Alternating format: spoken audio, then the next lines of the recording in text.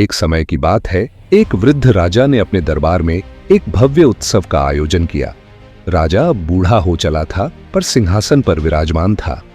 इस उत्सव में दूर दराज के राजाओं को आमंत्रित किया गया था। राजा ने एक सुप्रसिद्ध नर्तकी को भी बुलाया था, जिसकी कला की ख्याति दूर दूर तक फैली थी। साथ ही उसने अपने गुरुजी को भी बुलाया। गुरुजी के पास कुछ देने को नहीं था, इसलिए राजा ने उन्हें स्वर्ण मुद्राओं से भरी एक थैली दी और कहा कि जब भी नृत्य आपको अच्छा लगे, आप यह पुरस्कार उसकी ओर से नर्तकी को दे सकते हैं। रात्रि भर संगीत और नृत्य का आयोजन चलता रहा। पूरे दरबार में उल्लास और भव्यता का माहौल था। जैसे ही सुबह का समय आया और ब्रह्म मुहूर्त की बेला हुई, तबला वादक ऊँघने लगा। नर्तकी ने देखा कि यदि राजा को इसका पता चल गया तो तबला वादक को दंड मिल सकता है। तब उसने धीरे से एक दोहा पढ़ा, घनी गई थोड़ी रही, या मैं पल पल जाए, एक पलक के कारण यूं ना कलंक लगाए।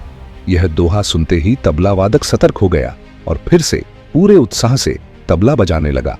पर इस दोहे की गूंज केवल संगीत में नहीं, लोगों के हृदय में उतर गई। राजा का बेटा युवराज यह सुनते ही दौड़ा और नर्तकी के चरणों में अपना मुकुट रख दिया।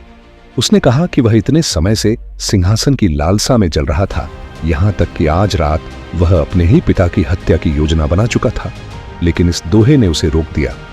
उसे समझ में आ गया कि थोड़ा सा और धैर्य रखकर वह बिना कलंक के वह सब पा सकता है जिसकी उसे चाह थी। उसकी आंखें खुल गईं। उसी समय राजा की बेटी भी सामने आई।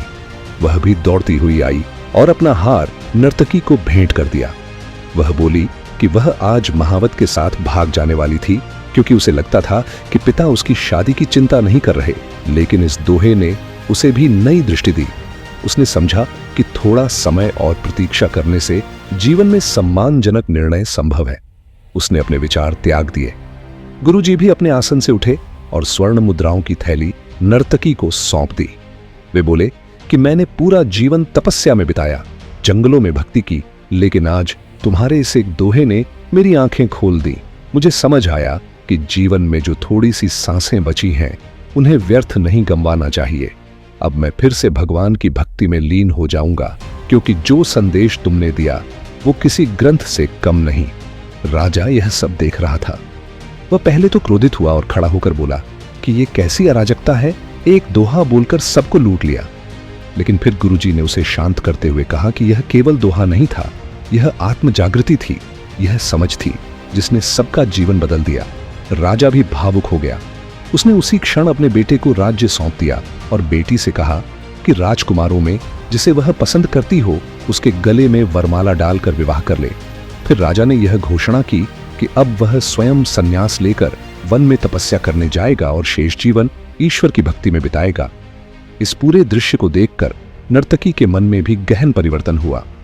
उसने सोचा कि जब उसके एक दोहे ने इतने जीवनों को बदल दिया, तो वह क्यों अब भी केवल नृत्य करती रहे। उसने भी यह संकल्प लिया कि अब वह अपने शेष जीवन को भक्ति में समर्पित करेगी। यह कहानी किसी राजा, राजकुमार या नर्तकी की नहीं, यह हमारे और आपके जीवन की कहानी है। समय तेजी से बीतता जा रहा है और जो थोड़ा सा बचा है वही सबसे मूल्यवान है। इस थोड़े से बचे हुए समय में ऐसा कुछ कर जाना चाहिए जिससे कलंक नहीं बल्कि जीवन का उद्धार हो। अगर आपको यह कहानी पसंद आई हो तो लाइक, कमेंट और शेयर जरूर करें और हमारे चैनल को सब्सक्राइब करना न भूलें।